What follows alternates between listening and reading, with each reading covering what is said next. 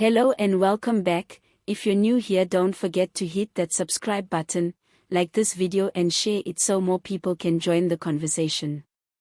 Today we dive into the story that has dominated South Africa's political landscape over the past week, the national dialogue, where President Cyril Ramaphosa urged citizens to embrace differing views as part of the healing and rebuilding process of the nation. It is a call that sounds noble on the surface, a plea for unity in diversity, but beneath it lies all the complexity, tension, and raw emotion of a country still battling with deep divides, frustration, and mistrust in leadership. The national dialogue is supposed to be a gathering of minds and hearts from across society, politicians, civil society leaders, religious figures, business, and ordinary citizens, coming together to shape a new vision for South Africa. In theory, it is the space where the country can hit pause on the shouting matches, listen to each other, and plot a way forward. But in practice, it has already stirred controversy over who gets to speak, who gets excluded, and whether this dialogue is a genuine attempt at national renewal or just another exercise in political theatre. Ramaphosa stood before the nation and called for tolerance of opposing views. He reminded South Africans that the essence of democracy is not in agreement, but in disagreement that does not destroy.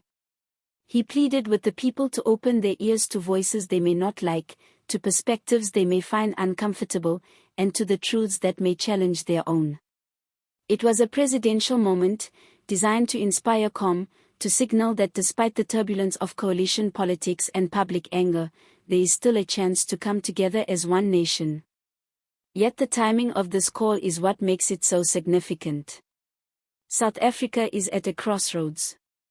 The ANC no longer commands a majority on its own. The MK party has stormed into the scene with Jacob Zuma as its spearhead.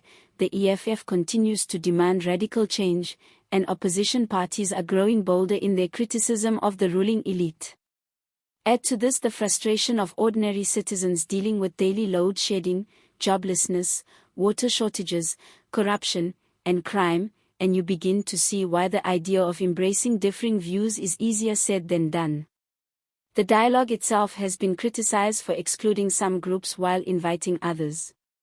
Operation Dugela, for example, felt sidelined, questioning why certain grassroots movements are not recognized while foreigners and other controversial figures are given space.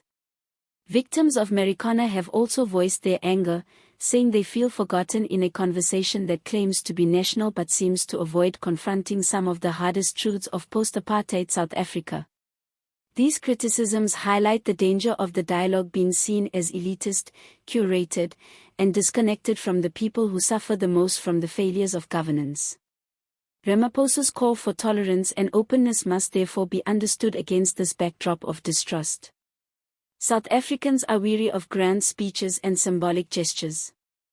They have heard promises before, from the days of A New Dawn and Ramaphosa to repeated vows of renewal and reform. What they crave now is not just dialogue but action, not just tolerance of views but transformation of lives. For many, embracing differing views sounds like another way of delaying real solutions while politicians pat themselves on the back for talking. But we cannot dismiss the importance of dialogue entirely. In a nation as diverse and fractured as South Africa, dialogue remains one of the few tools that can prevent outright collapse. The country's democracy was born out of dialogue, the CODESA negotiations, the Truth and Reconciliation Commission, and the constitutional compromises of the 1990s. These were moments when leaders of very different worldviews sat together, listened, argued, and somehow produced agreements that kept the country from descending into civil war. Ramaphosa, himself a product of that era of negotiation, knows better than most that dialogue is the glue of South African democracy. The question is whether the dialogue of today can match the urgency and sincerity of those earlier moments. Will leaders use it to truly listen to the cries of the unemployed youth, the frustrations of communities without water or electricity, the anger of miners who still wait for justice, the fears of businesses collapsing under crime and instability? Or will it be another elite gathering with fine words, forgotten once the cameras leave? Ramaphosa's challenge to citizens to embrace differing views is also a challenge to political leaders. Can the ANC listen to the EFF without dismissing them as reckless? Can the DA engage the ANC without reducing everything to corruption? Can the MK party bring its grievances to the table without descending into populist rage? And can civil society challenge government without being branded as enemies of the state? These are the tests of whether dialogue in South Africa can be genuine or just a facade. What makes this moment dramatic is that the country no longer has the luxury of wasted time. Every year of inaction deepens unemployment, worsens inequality, and fuels despair. If dialogue does not translate into delivery, the anger in communities could explode beyond what leaders can control. South Africans have already shown through violent protests and riots that they are running out of patience.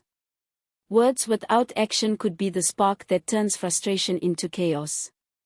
Still, the idea of embracing differing views carries hope. It is a call to reject the culture of cancellation, the shouting matches on social media, the demonization of opponents, and instead build a culture of engagement. It reminds South Africans that no single party, no single leader, and no single ideology can solve the country's problems alone. It will take compromise, humility, and collective effort. For Ramaphosa, this is also a test of his legacy. If the national dialogue becomes a turning point where the nation genuinely resets, he could be remembered as the leader who restored trust and unity. But if it collapses into another talking shop, his presidency will be further defined by wasted opportunities and unfulfilled promises. As South Africans watch this process unfold, the choice is clear: embrace differing views and find common ground, or let division tear the nation apart. Dialogue is not a magic wand, but it may be the only chance left to save the dream of a united, democratic, and prosperous South Africa. If you enjoyed this deep dive, don't forget to subscribe, like the video, and share your thoughts in the comments below. Do you believe Ramaphosa's call for embracing differing views will make a real difference, or is this just another political performance? Let's talk about it.